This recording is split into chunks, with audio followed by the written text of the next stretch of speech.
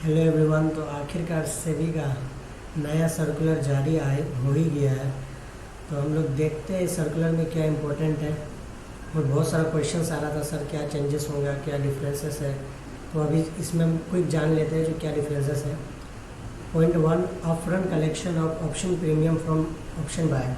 देखो बेसिकली बहुत सारा ब्रोकर क्या होता है ना, जो अपने क्लाइंट को ट्रेड करने देते हैं पहले ऑप्शन बाइंग वगैरह, और लास्ट के दिन के लास्ट में जाके वो कॉन्ट्रैक्ट एडजस्ट करते हैं, profit and loss, debit credit जो भी है। लेकिन 90% ब्रोकर क्या है, पहले ही आपसे अपफ्रंट मनी चार्ज कर लेते हैं और उसके बाद ट्रेड करने देते हैं। तो ये ज़्यादा इम्पैक्ट नहीं है, और सब 90% से ऊपर ब्रोकर जो है वो अपफ्रंट मनी ले लेते हैं आपसे। तो ये सही है, इसमें कोई दिक्कत नहीं है आपका जो भी। लेकिन जो ब्रोकर है जो बेसिकली पहले ट्रेड करने देते हैं और बाद में फिर वो सेटलमेंट करते हैं, तो वो अब उनको अवॉइड करना पड़ेगा, उनको अब अपफ्रंट मनी लेना पड़ेगा।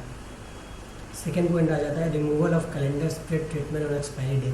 बहुत सारा एक्सपायरी डे में बेनिफिट, क्रॉस मार्जिन बेनिफिट उठाने के लिए क्या करते हैं, ट्रेड करते हैं, वो अब बंद हो जाएगा। क्रॉस तीसरा आ जाता है आपका intraday monitoring of position limit. देखो पहले क्या था ना, जो आपका पोजीशन इंट्राडे में था वो एंड ऑफ द डे आपका ट्रीटमेंट मॉनिटर किया जाता था। जो प्रॉफिट है ना लॉस है वो एग्जीक्यूट कर दिया जाता था, काट दिया जाता था जो भी पोजीशन है। लेकिन अब क्या होगा, जो दिन भर में चार बार पोजीशन का स्नैपशॉट एक्सचेंज के पास जाएगा, और उसके बाद वहाँ से डिसाइड होगा जो आपको पोजीशन रखना है कि नहीं रखना है। क्यों? अगर आपका जो मार्जिन है, मार्जिन से अगर आप ज़्यादा ट्रेड कर रहे हैं तो मार्जिन पेनल्टी लगेगा। किसको? एक्सचेंज लगाएगा, ब्रोकरेज को, ब्रोकर्स को। अब ब्रोकर्स क्या करेगा, आपसे फिर वो पेनल्टी लेगा। तो इसीलिए ये एक चेंजेस हुआ है आपका intraday monitoring of position limit. End of the day नहीं होगा, दिन में 4 बार होगा। और उसके बाद आपका फोर्थ आ जाता है contract size for index trader. इससे बहुत option buyer and option seller दोनों उदास होगा। सिंपल लैंग्वेज में ये है, जो पहले आप मानो 10,000 दे के ऑप्शन बाय सेल जो भी करते थे, अब उसके लिए आपको 3 से 4 गुना ज़्यादा पैसा देना पड़ेगा। इतना के लिए आपको 30,000 to 40,000 रुपीज़ दे के वो कॉन्ट्रैक्ट बाय या सेल करना पड़ेगा।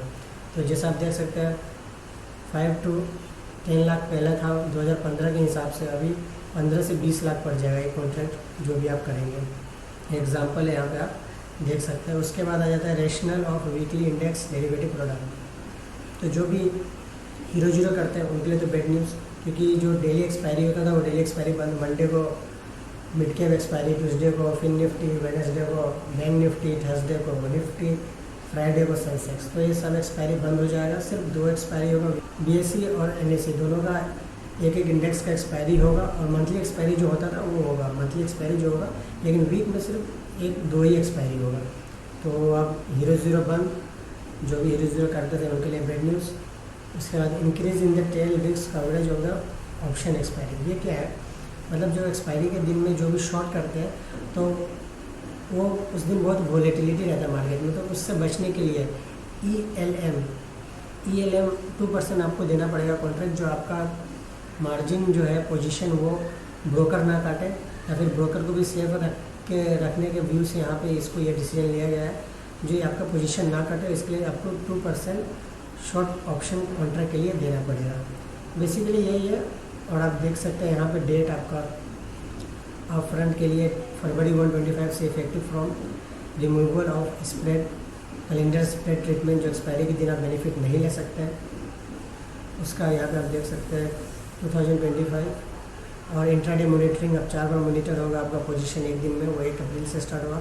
Contract size of index derivative 20 तारीख से स्टार्ट होगा। सिंपल इंग्लिश में यही है, अगर आप 30 से 10,000 से अगर आप ट्रेड करते थे बाय एंड सेल, उसके लिए आपको 30,000 to 40,000 पे करना पड़ेगा।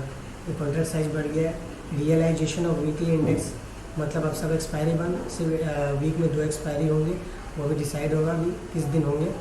वो भी 20 तारीख से इफेक्टिव हो जाएंगे, इफेक्टिव फ्रॉम 20 तारीख। और increase in tile risk coverage, वही जो शॉर्ट पोजीशन बनाते हैं एक्सपायरी के दिन में, उसको ELM देना पड़ेगा।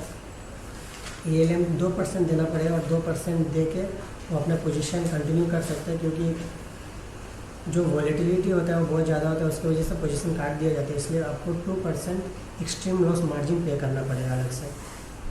तो इतना ही है, थैंक यू। छोटा अपडेट था लेकिन इम्पोर्टेंट अपडेट है।